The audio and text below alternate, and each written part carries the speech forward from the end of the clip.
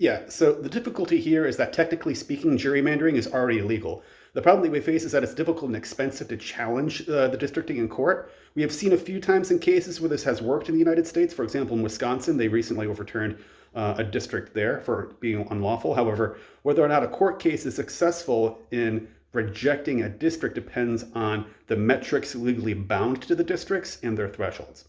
For example, in Texas, on the redistricting website, you can find that race and population are two metrics that are recorded for each district, right? In Texas, basically, there's a rule that says each district must roughly have the same amount of population as other districts. So, for example, for state house districts in Texas, the population has to be around 200,000, and for Senate districts, it has to be around 900,000.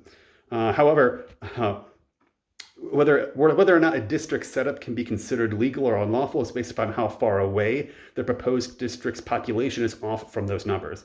And sometimes, unfortunately, the thresholds for how far off the population can be quite lenient, and thus gives a lot of power to those who want to draw lines in the sand. Now, in order to fix the problem of gerrymandering in Texas, we need to tighten these thresholds, right? As well as I think we need to look at and tighten other thresholds as well. For example, we see a lot of Black and brown communities being divided up into two and sometimes maybe even three different districts. That needs to be tightened. In addition, I think there's another metric that we should be looking at as well. And I'm going to bring up this metric called looking at the standard deviation of land ownership. Now, that might sound a little bit confusing, but let me try to paint a picture like this. Draw a bar graph on how many acres of land everyone owns in that district. And then add another bar there for how many people have apartments or simply live in a residential family home. Now, if you do that, you'll find that in District 64, for example, there are a lot of people from UNT. There's a little bit of suburb and a lot of farmers. Now, the farmers, they're very rural, right? They own a lot of land mass. But again, we're batching in all of UNT, all those students there, and a little bit of the suburbs, for, particularly northwest Denton County. And then HD 64 reaches far out to its western neighbor county.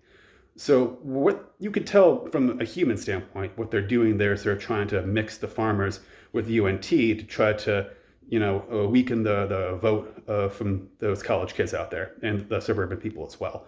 But if we were to establish a rule where we had to look at the metrics of saying, hey, look, if you have a wide standard deviation of land ownership like that, then that would take care of this problem. Because if we established a rule saying, hey, look, the standard deviation cannot be that high, then essentially that would force all those kids in UNT to be districted into the same areas as those immediate suburbs, and would not be able to reach out to the more rural areas, and vice versa. Because in the end of the day, these districts are supposed to be really drawn around cultural similarities, right? So you would expect those in rural areas to be part of their own district. You would expect those in city areas to be their own district.